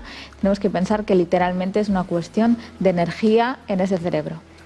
Que le falta energía, con lo cual no es una cuestión de falta de voluntad, es que realmente eso que a veces Paul lo llama el cerebro egoísta, ¿no? Eso es. El cerebro es egoísta, necesita energía, la coge de donde sea, y si el cuerpo no está en sus mejores condiciones, claro, no sabe de dónde sacar esa energía. Y visto así, también es como... Hay gente que quizá pueda pensar, yo es que me falta disciplina o me falta motivación. Bueno, quizás resolviendo algunos factores metabólicos que no están funcionando del todo bien, puedas ganar de pronto esa energía que te está faltando para hacer el cambio que necesitas hacer. Si algunas cosas sabemos hacer es un plan nutricional para recuperar el metabolismo de las personas. Hace tantos años que nos dedicamos a eso, que tenemos clarísimo cómo hay que seguir una alimentación, que a veces decimos, como seguimos la alimentación mediterránea, estamos salvados de todo eso. Bueno, yo abro las neveras de muchas casas y no seguimos la dieta mediterránea, y igualmente la dieta mediterránea se quedó un poco coja. Todas estas funciones que pueden hacerse a través de entender un poco mejor los macronutrientes y las propiedades nutricionales que hay en algunos alimentos muy concretos. Ahora te pediré una minimalista para empezar a tener un poco de criterio, al menos que ayuden a la función cerebral, ya que hoy el webinar va de cerebro, pero también estás muy estudiosa últimamente y sigues a mucha gente que se dedica a la psiquiatría nutricional, concepto que a España no ha llegado. Yo que siempre tengo muchas visiones de negocio, apuntad todos los profesionales de la salud integrativa y todos los que queréis crear unos cursos ahí, bien bonitos, psiquiatría nutricional. A mí me parece precioso que haya este oficio. Sí, es un campo en auge, es relativamente reciente y de hecho se nutre de muchas fuentes similares a la psiconeuroinmunología y estudia el efecto de los alimentos sobre el estado de ánimo y realmente se ha visto que el efecto puede ser inmenso para bien y para mal. Más que nunca soy como. Vamos a ver esta lista que tengo por aquí preparada. El primero es el té verde, no es casualidad, la lista la ha hecho Laura García, si la conoces, yo creo que no hay día que no tomes un té verde en tu vida, ¿verdad? O verde o matcha, que es verde también. Sí, es extraño, sí, que no haya un día Después de té contaremos alguna bebida más de las que toma Laura que os pueda interesar o que la contaremos dentro del programa, porque es un recetón, es un recetón y un día yo la haré como producto, porque es el elixir de la longevidad, porque tiene ahí un mejunje de cosas. Esa mujer se prepara unos batidos increíbles por la mañana. Pero el té verde, ¿por qué lo has escogido en el ranking? El té verde tiene un sinfín de propiedades, quizá la más interesante es su contenido en SGC, que es una catequina y además de su grandísimo poder antioxidante tiene un efecto muy interesante para el cerebro y es que es capaz de aportar una sensación de alerta tranquila, como de concentración, pero sin ponerte nervioso, y me parece fantástico. En la lista tenemos aquí también el pescado azul y el marisco, que son ricos en EPA y DHA, que son estos ácidos grasos esenciales que son esenciales para la estructura del cerebro y protegen la neuroplasticidad y también luchan contra la neuroinflamación, o sea que son un ingrediente a incluir en la dieta. He puesto los huevos. Los huevos son una fuente increíble en colina, que es un nutriente de la familia de las vitaminas del grupo B. Es además precursora de la acetilcolina, que es un neurotransmisor muy implicado en la memoria y el aprendizaje, de manera que no se me ocurre un desayuno mejor para los niños antes de ir a la escuela que un par de huevos. La carne contiene un sinfín de vitaminas y de nutrientes que son fantásticos para el cerebro, pues como el hierro, la B12, la taurina, la carnitina, pero además contiene todos los aminoácidos esenciales que son muy importantes a nivel de estructuras y como precursores de los neurotransmisores y de esta molécula tan importante que nos comentaba Antonio, el BDNF. Y las frutas del bosque, fantásticas, muy ricas en antioxidantes. Destacan, por ejemplo, las antocianinas y la quercetina, que tienen la propiedad de cruzar la barrera hematoencefálica y ejercer esa acción antioxidante directamente en el cerebro. Sean arándanos, fresas, cualquier... Todas. Puede variar un poquito el contenido entre un antioxidante u otro, pero eso también es interesante. O sea, la variedad es fantástica. Los últimos días he contado en redes sociales que yo cuando me preparo un webinar, últimamente, en los últimos webinars del último año y medio, no como durante entre 20 y 30 horas, depende del día y de cómo me coge, porque ayer hice la versión catalana, hacía 24 horas que no comía, por la noche hice una cosa que no se puede, pero porque quería estar prácticamente 20 horas hasta ahora sin comer otra vez y no quería hacer un ayuno de 48 horas, pero sí, la gente se asusta mucho, Antonio, porque dicen, pero a ver, para hacer una charla, concentrarte, te vas a desmayar si no comes desde hace tanto tiempo, ¿no? Y lo encuentro súper interesante. ¿Qué le pasa al cerebro? ¿Qué es mejor que yo, para dar esta charla y que me salga mejor, que no coma, que sí coma?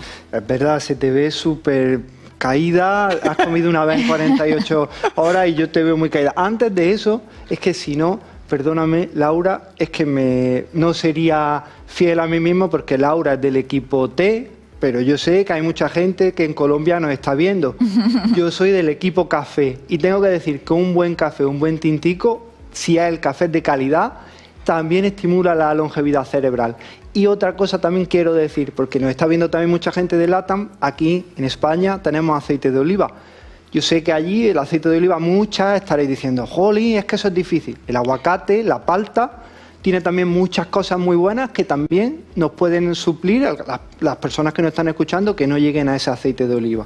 Y dicho eso, vamos a entrar a ver si Nuria se marea o no se marea con ese ayuno. Mira, a mí me hace gracia, porque, bueno, no me hace gracia, me ha gustado mucho porque Mark Mattson, del que nos hablaba antes, que es uno de los mayores investigadores a nivel mundial de los beneficios que tiene el ayuno intermitente para el cerebro, él dice que después de años de estudiarlo en laboratorio y con pacientes, que él no puede o no podría dejar de recomendar a las personas que más quiere y en él mismo el practicar el ayuno intermitente, porque él lo ve en su clínica diaria, en su investigación. Y aquí vamos a romper uno de los grandes dogmas que, si bien nosotros que nos movemos en el sector de la salud ya pensamos que todavía no existe, existe y muy mucho, y es que el cerebro no se alimenta de azúcar, el cerebro se alimenta de glucosa, ¿vale?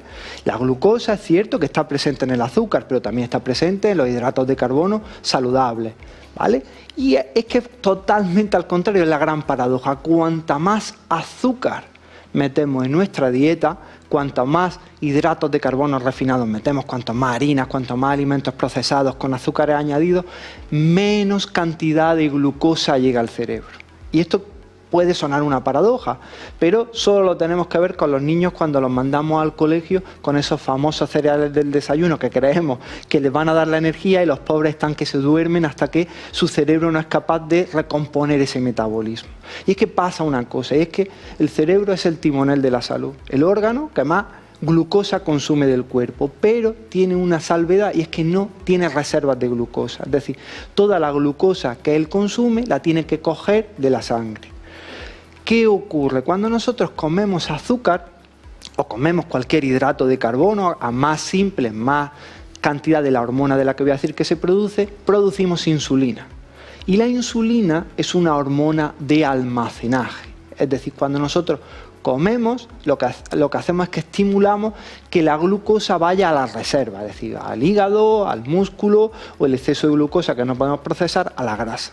Entonces, ¿qué ocurre? Que cuando esa insulina sube, al cerebro le cuesta mucho más trabajo captar la glucosa, porque las puertas de entrada se le cierran porque la insulina te dice no, tiene que almacenarse. Entonces, en cambio, cuando estamos en un contexto en el cual la insulina está baja, que es lo que se produce con el ayuno, pues ¿qué pasa? Que la glucosa que hay sanguínea y la glucosa que el hígado tiene, la puede mandar y se la pone en disposición al cerebro, y el cerebro entra, pues como tú estás hoy, en flow, encendida, con ese pensamiento divergente, con esa capacidad de filosofar, de salir rápido, de que te da tos y no pasa nada, sigue y tal. Además lo noto, claro. O sea, es que no lo hago solo para contarlo, porque también está bien que contemos que el ayuno tiene beneficios para el cerebro, claro, y que lo practique y sea coherente. Es que lo empecé a hacer porque aluciné. Claro. Como la claridad que me daba, que me salían mejores ideas más allá del guión que yo tenía pensado, ¿no? Y pensé, ostras, pues lo voy a hacer siempre, ¿no? Claro. Pero ¿a partir de cuántas horas esto empieza a ser eficaz? Pues eso me viene perfecto, porque así puedo introducir el otro concepto que hay junto con la insulina y la glucosa, que es muy interesante. Nosotros sabemos que a partir de las 12 horas de ayuno es cuando se empieza, digamos, a maximizar no solo la nutrición, la captación de glucosa del cerebro. Ahí el cerebro está, porque claro, otra de las cosas que tenemos es que evolutivamente el cerebro estaba para proveernos el alimento, es decir, el hambre estimula el ingenio. Cuanto más hambre tenemos, nuestro cerebro trabaja de una manera más intensa. Entonces, a partir de esas 12 horas de ayuno nocturno, pues es cuando el cerebro está más estimulado. Y aquí viene otra cosa súper interesante, y es que en esas 12 horas de ayuno, si lo prolongamos 13, 14, 15, 16, los efectos se van sumando. Hay otra cosa, es que cuando esa glucosa está baja, ¿qué hace nuestro hígado? Coge grasa, parte de esa grasa o un componente de esa grasa que se llama glicerol, lo convierte en glucosa para alimentar al cerebro, pero es que después genera otras sustancias súper interesantes, que son los cuerpos cetónicos, entre ellos el famoso butirato. Que el butirato pues es el santo grial del mantenimiento de la salud del cerebro y sobre todo de sus mitocondrias. ¿Por qué? Porque la mitocondria, que es la parte de la célula que produce la energía, le encanta el butirato. Cuando consume el butirato es capaz de producir energía más rápida y mucho más limpia, sin radicales libres, sin generar inflamación, etc. Y ese butirato ya no solo mejora la mitocondria, sino es antiinflamatorio del cerebro, estimula la neurogénesis y neuroplasticidad y mejora el funcionamiento de los neurotransmisores. Por eso, ya lo dice Mattson en su artículo y en toda su divulgación, esas 12 horas de ayuno sería lo mínimo, pero 13, 14, 15... poco a poco, adaptándote, que eso ya lo explicamos en el programa perfectamente, no es de un día para otro hacer esas 16 horas, pero poco a poco es una manera de maximizar el funcionamiento del cerebro. Es fuerte porque cuando hablamos de butirato siempre decimos la mantequilla o la mantequilla ghee, y el propio cuerpo es generador de butirato simplemente espaciando comida. Efectivamente. Así que no sufráis. La gente me preguntaba hoy en Instagram, ¿pero qué has tomado? Nada, solo agua, infusiones. Bueno, un café porque soy cafetera, pero podría no haber tomado nada y solo agua y no hubiera habido ningún problema. Quiero hablar también de respiración y meditación, porque en el contexto de hablar del cerebro y del estrés como factor de riesgo, como hemos visto antes, el estrés como factor de riesgo, y también para alargar los telómeros, la meditación, ya contamos en el primer programa de longevidad que alargaba los telómeros, sería importante poner un poco de ciencia en eso de la respiración. Porque respiramos, pero igual que comemos, pues igual, ¿no? De muy mala calidad, respiramos mal. Efectivamente, aunque nos pensamos, como tú has dicho, como pasamos todo el día respirando, que somos unos expertos respiradores, pero para nada, desgraciadamente, es así. Sabemos, como bien había dicho antes Laura, que el oxígeno es clave para el metabolismo, para que nuestras neuronas, nuestras mitocondrias produzcan la energía necesaria para que el cerebro funcione.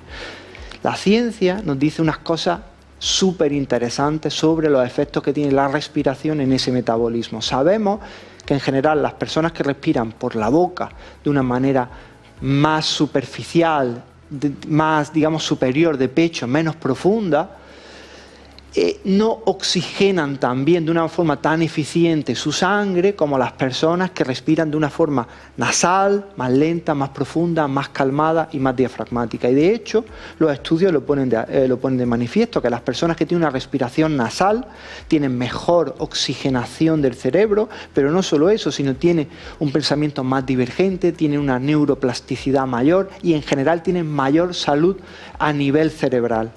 Y algo que también tiene la respiración que es súper interesante, y es que la respiración es un gran chivato de nuestro estado, digamos, emocional. Es decir, el cuerpo nos susurra muchas veces aquello que la mente no quiere ver.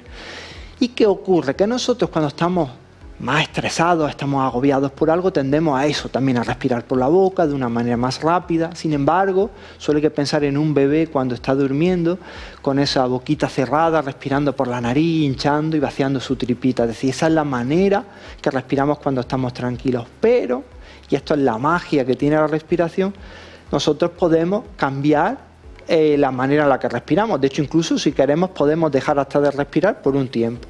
Entonces, sabemos que si nosotros inducimos voluntariamente la respiración que tendríamos cuando estamos tranquilos, automáticamente nos volvemos tranquilos y hackeamos a nuestro cerebro de una forma que nos pone en un estado de más tranquilidad, de más paz, de más flow. Eso tiene que ver mucho con el nervio vago, del cual hablaremos después un poquito, pero también tiene que ver con la oxigenación del cerebro. Y ahí es donde Laura nos va a contar ahora una técnica que nos va a volar a todos en la cabeza.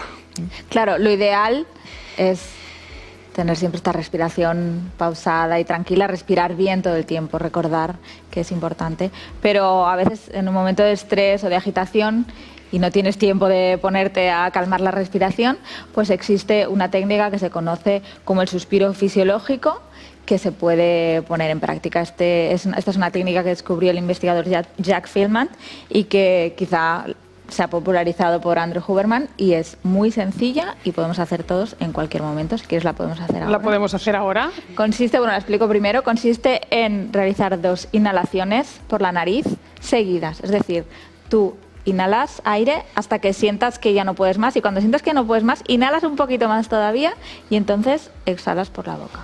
¿Hacemos? Venga. Venga, va.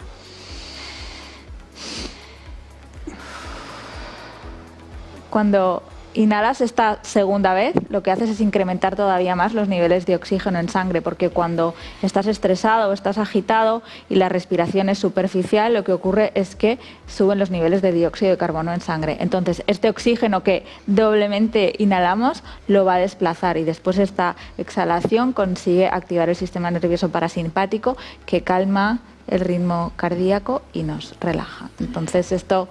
¿Cuántas repeticiones podríamos hacer? ¿Nos lo recomiendas antes de ir a...? Mínimo 2 y 3, sí, puede ser un buen momento. Mínimo 2 y 3, y bueno, el tiempo que tengas, quizás hasta 5 minutos para que consigas como relajarte un poco, depende del nivel de nervios, pero mínimo 2 o 3 veces. Qué necesario es mejorar ese equilibrio entre el nervio, entre el sistema simpático y parasimpático, y aquí es donde podemos introducir eso del nervio vago como concepto, Antonio. Sí. Que estamos siempre hiperactivados y no somos capaces, ¿no?, de tirar más del simpático. Claro, sí, porque sabemos, y eso las personas que nos están viendo ahora mismo no van a sentir que le hemos descubierto un paradigma, y es que el estrés es un gran enemigo de nuestro cerebro.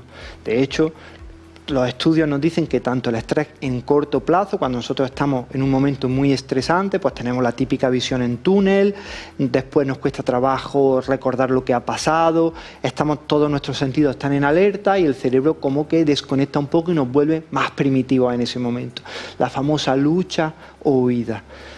Pero el estrés mantenido en el tiempo y ocasionado por la hormona cortisol que se libera en sangre es un gran destructor del cerebro. De hecho, además literalmente así sabemos que el cortisol atrofia partes del cerebro que tienen que ver con pensamiento racional, con capacidad de tener un juicio coherente, con capacidad de tomar buenas decisiones, como es la corteza prefrontal. Esa zona, las dendritas, ese árbol que hablábamos de las neuronas, se marchitan y se convierte más pequeñita. Por el contrario, la zona de las emociones primitivas, del miedo, de la ansiedad, del estrés, que es la amígdala, se pone muy, muy grande. Entonces tenemos la parte racional pequeñita, la parte primitiva muy grande. Eso lo hace el estrés. La meditación formal, continuada, puede revertir esto, es decir, puede hacer que la amígdala sea más pequeñita y que esa corteza prefrontal sea más grande. Pero pasan dos cosas. La primera es que necesitamos un proceso meditativo mantenido en el tiempo, y después, segundo, que meditar es algo complejo, algo que cuando te sientas en tu cojín para meditar no es agradable y es duro, que es algo que tenemos que entrenar. Pero tenemos también otra rama mucho más rápida de mover a nuestro sistema nervioso autónomo hacia esa tranquilidad, que es la activación del sistema nervioso parasimpático y el nervio que lo controla, que es el nervio vago, que es un nervio que sale de la cabeza, el 10º par craneal, e inerva todas las vísceras de nuestro cuerpo. Una estrategia, por ejemplo, pues sería la que Laura ya nos ha dicho, el suspiro fisiológico activa el nervio vago. Pero, mira, por ejemplo, puedo soltar aquí un truco que además en la grabación del curso que hicimos tú y yo, que estuvimos grabando en tu casa, lo disfruté un montón, no la dijimos, es decir, que esto es contenido premium, ahí está. Exclusivo. Sí. Y de hecho es una de las técnicas que hay un psicólogo que es experto en trauma, que es el Dr. Gordon de Estados Unidos, que trata a personas que han tenido trauma postguerra y habla de algo que ya todos los animales lo saben. Y es, ¿qué pasa cuando un perro ha tenido un estrés o se ha puesto muy nervioso por algo, se ha agitado? O, por ejemplo, ¿qué le ocurre a una cebra cuando viene un león a comérsela y consigue separarse de ella y salvarse del león? ¿Cómo suelta ese estrés? ¿Lo sabéis? No. Pues es muy fácil. Los animales, después de que han tenido un evento estresante, se sacuden, se agitan. Pues el doctor Gordon, habla de que hacer eso también nos relaja a nosotros, activando el nervio vago. Entonces, una forma súper interesante de soltar el estrés es literalmente soltándolo, agitando brazos, piernas, cuerpo. Es decir, entrando en flow, automáticamente todo eso lo suelta. Qué bien. Es más rápido. Sí, y más fácil que meditar. Sí. Vamos a sacudirnos. Meditamos, como decía Osho, con el cuerpo. Muy bien. Oye, nos quedan los neurotransmisores, que es un momentazo del webinar que quiero que participéis las 4.000 personas que estáis conectadas ahora mismo, porque esto es muy bonito y además en el curso lo hablamos, que, bueno, lo contaste, Antonio, es como la química del amor y cuando salta la chispa, ¿no? Los neurotransmisores, tú lo contarás mejor, es esa conexión entre esta sinapsis, este huequecito que hay entre neurona y neurona, y son fundamentales también para el cerebro, y se habla mucho de neurotransmisores, sobre todo cuando se habla de felicidad, de la química del amor, de la dopamina. A veces se habla de la dopamina no muy bien, vamos ahora a negociar si nos interesa tanta dopamina o no, la serotonina, la oxitocina, que son las hormonas del amor y la felicidad. ¿Qué papel juegan estos neurotransmisores en nuestra salud mental? Pues los neurotransmisores son esenciales, es decir, después ya hablaremos de estos dos que dominan la personalidad del ser humano, tanto la dopamina como la serotonina, pero como bien has dicho, también tenemos la acetilcolina, la noradrenalina, y son esenciales porque gracias a ellos, gracias a que se libere un neurotransmisor y no otro, en función de la cantidad que se libere, si se libera más o menos, las neuronas cuando se conectan van a emitir un tipo de vibración u otra. Y eso es muy interesante porque los neurotransmisores se pueden, como se habla en biohacking, se pueden hackear. Es decir, nosotros conocemos, sabemos hábitos de estilo de vida, de alimentación, técnicas para elevar uno, reducir otro. Entonces, ser dueños de nuestra fisiología, es decir, tener el control de nuestras emociones, y eso es algo muy potente. De hecho, ahí Laura, cuando hable de alimentación, también va a hablar mucho de esos alimentos. Nosotros, cuando hemos grabado, también hemos hablado mucho, pero también podemos decir, antes de hablar de esa serotonina, dopamina, que tenemos a uno de los mayores expertos mundiales en tema de suplementación para mejorar los neurotransmisores, uno de los referentes de todos los nerds, de todos los frikis de la fisiología de la suplementación, como somos Laura, como soy yo, como seguro que hay muchas personas ahí que son también, que sepan que tenemos al gran Ernesto Prieto Gratacós, que nos va a hablar sobre suplementación específica, aunque tú y yo ya hablamos algo de ella, para mejorar la calidad y la funcionalidad de esos neurotransmisores, es decir, casi nada. Aparte de suplementos nootrópicos, que son estos que también van a mejorar el rendimiento cognitivo, después os cuento este papel que va a tener Ernesto Prieto Gratacós. Pero nos vamos a quedar con los dos que definen un poco la personalidad y vamos a hacer un juego y en el chat vais a contestar.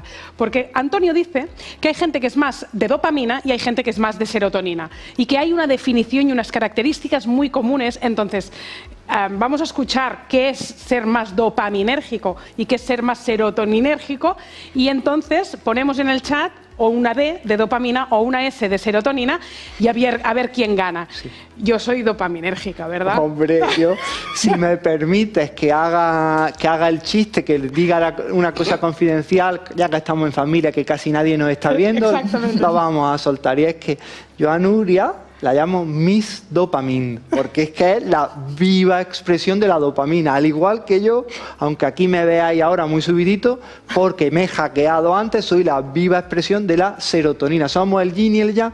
Suerte que tenemos aquí a Laura, que es el término medio. Es un mix. Ahí está. Entonces, claro, por eso hacemos este equipazo y hay esta vibración aquí en el plató tan chula. Pero es cierto que tenemos... ¿Ves? Ya responden sin decir los rasgos de personalidad. Claro, momento, que ya sabéis cómo soy yo y la D, como Nuria, ¿no? Claro, o como Antonio. Como Antonio. Entonces, claro, sabemos que en función del neurotransmisor que domine, hay tendencias. Estos son tendencias, es decir, no tienes por qué tener todos los signos. Yo los tengo todos. Ahí está, sí. Todos.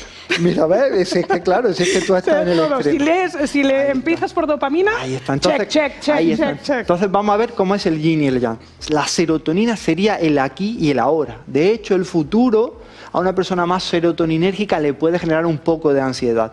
Sin embargo, totalmente el dopaminérgico vive en el futuro. Lo que le genera ansiedad es no poder proyectarse hacia el allí y el mañana. Es una persona que le gusta explorar, mientras que al serotoninérgico le gusta más quedarse en su círculo de confort, por decirlo de alguna forma. ¿Vale? El serotoninérgico es más protector, el dopaminérgico es más liberal. De hecho, incluso la pulsión del cuerpo, la postura del serotoninérgico y del dopaminérgico es totalmente distinta. Sabemos que un serotoninérgico tiende a estar, la postura, para que las personas que nos están viendo se queden claros, es la de la madre acunando a su hijo, es una postura más de rotación interna, más recogida, más encorvadito, por decirlo de alguna forma, mientras que el dopaminérgico es el Wonder Woman, yo me voy a comer el mundo, pecho sacado, una posición de poder, ¿vale? Quizá a mí, en este caso, yo ahora estoy forzando mi posición de poder en este webinar para ir arriba, porque a mí lo que me pide el cuerpo es estar así, pero me pongo derecho para sacar, pues eso, los arrestos. El serotoninérgico es más de lo suficiente, es decir, se conforma y es feliz con lo que tiene, mientras que el dopaminérgico siempre quiere más, siempre busca más allá. Eso es un rollo, ¿eh? Te lo digo. Sí. Es mejor ser serotoninérgico para algunas cosas, sin duda. Después, en cuanto a los sabores, al serotoninérgico le tira más lo dulce, mientras que al dopaminérgico aquí sí, juego le con tira ventajas. mucho más lo salado. No necesito nunca un postre lleno de azúcar en un restaurante. Tú dame un buen embutido, que te regalo el cheesecake, el carrot cake. Y yo siempre digo la coña, que si yo pudiera empezar con el postre en la cena, pues empezaría con el postre y ya después con la comida. Y después, bueno, también hay otras características que pongo así en plan de coña, porque yo creo que son muy gráficas. Los serotoninérgicos somos más de los Beatles, los dopaminérgicos son más de los Rolling Stones, una persona serotoninérgica es más de abrazo, la dopaminérgica es más de chocar. En definitiva, yo creo que se queda bastante claro, ¿no?, qué es uno y qué es otro. Qué bien, tengo un cuadro aquí para ponerlo en cuanto a resumen y ahora seguimos enseguida, aquí. Si lo ponemos un momento a pantalla completa, es gracioso. No sé después si medimos en cuanto a parejas que sean más compatibles o menos, si sería bueno que hubiera dos de más dopamina y dos de más serotonina, o la combinación está bien, ¿no? Un rato escucho Beatles y un rato escucho Rolling Stones, pero mira, recordar, soñar, dulce salado, que es lo que has dicho, inhibidos, introvertidos, se ha sobreentendido eso. Sí. Que el extrovertido es el de la dopa. Sí.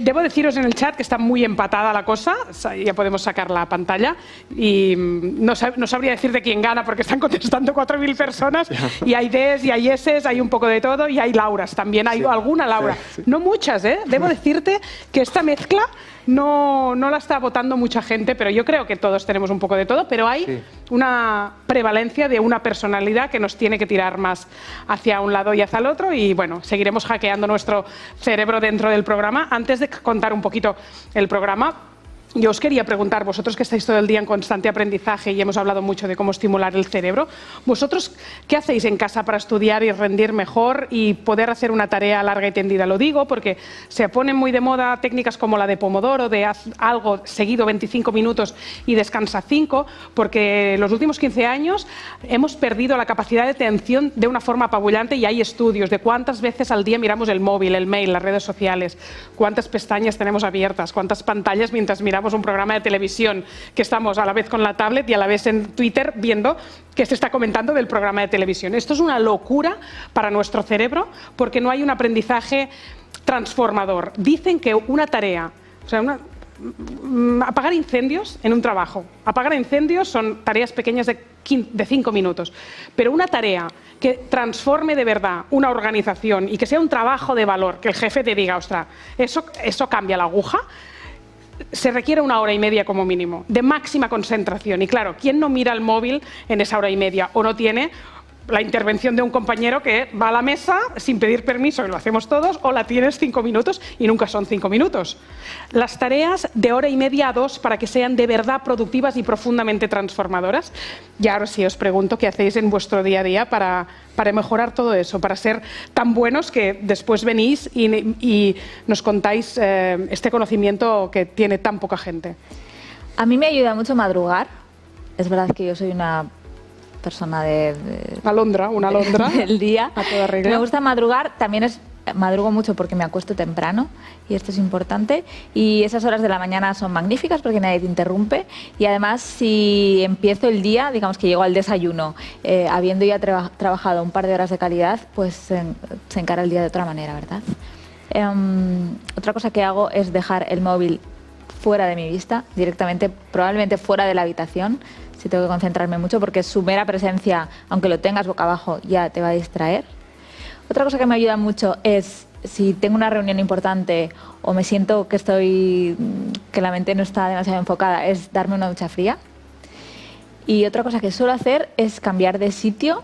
Si no me puedo concentrar, me voy a otro lugar de la casa, me voy a otro sitio a leer lo que quiero leer o a concentrarme, porque al final el cerebro tiene como 2 estados, ¿no? El estado vida normal y el estado novedad. Entonces, si siempre estás en el mismo sitio haciendo el trabajo o estudiando lo que sea, es probable que baje la atención, pues porque estás en ese estado de vida normal, ¿no? Entonces cambias de lugar y de pronto el cerebro se despierta un poquito y hay un pequeño chute de dopamina y puedes prestar más atención. Tomamos nota, Antonio. Sí, voy a tomar nota de todas esas.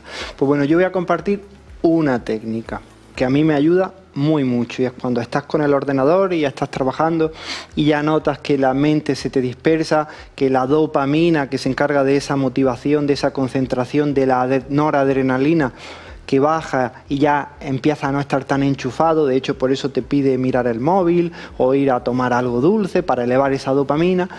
¿Qué hago yo? Pues digo, bueno, pues si me falta dopamina, noradrenalina para activarme, pues vamos a generar esa dopamina, noradrenalina. ¿Cómo? Pues me levanto de la silla y hago un snack, pero de movimiento. Es decir, me pongo a hacer una sentadilla, unas flexiones, unos saltos, lo que sea, unos jumping jacks, cualquier tipo de ejercicio que acelere el corazón. ¿Y eso por qué sirve? Porque ahí estamos hackeando nuestro cerebro. En el momento en el que nosotros metemos un ejercicio de brío vigoroso, correr en el sitio, saltar, cualquiera de los ejercicios, ¿qué ocurre? Que activa, se eleva automáticamente la dopamina y la noradrenalina en tu cerebro. Entonces te levantas, pega unos saltos. Además, incluso si miras hacia arriba, todavía más se activa esa dopamina. 30 segundos, te mueves, saltas, tal, y ya te vuelves otra vez a sentar. Oye, como nuevo, ya puedes seguir concentrada, ya vuelves a no estar tan fatigada y ya empiezas a rendir otra vez como tendrías que hacerlo. Haces otra cosa y es ponerte a hacer aceites esenciales, que también quería contarlo yo, aparte del ayuno, de cómo consigo concentrarme. Sí, bueno, yo siempre que trabajo, que necesito desarrollar cosas cognitivas, aprender cosas y tal, siempre me pongo mis aceites, un difusor con aceites esenciales, y hay muchos que activan la capacidad cognitiva. Tienes el romero, la menta, como yo sé que a ti te encantan. Por ejemplo, a mí me gusta mucho la lavanda, porque la lavanda, es cierto que la lavanda se puede utilizar por la noche para dormir, pero también es cierto que si la utilizas durante el día no te va a dar somnolencia, lo que va a hacer es calmar tu mente y meterte donde está. Eleva la acetilcolina, y la acetilcolina es súper interesante en el cerebro porque genera pensamiento creativo, genera ese pensamiento divergente, hace que cuando estás así enfocado que no ves la solución, dices, ¡ay! Ahí está. Pues eso es porque tu cerebro ha generado ahí esa acetilcolina, y por eso me gusta. Pues han estado trabajando en esas condiciones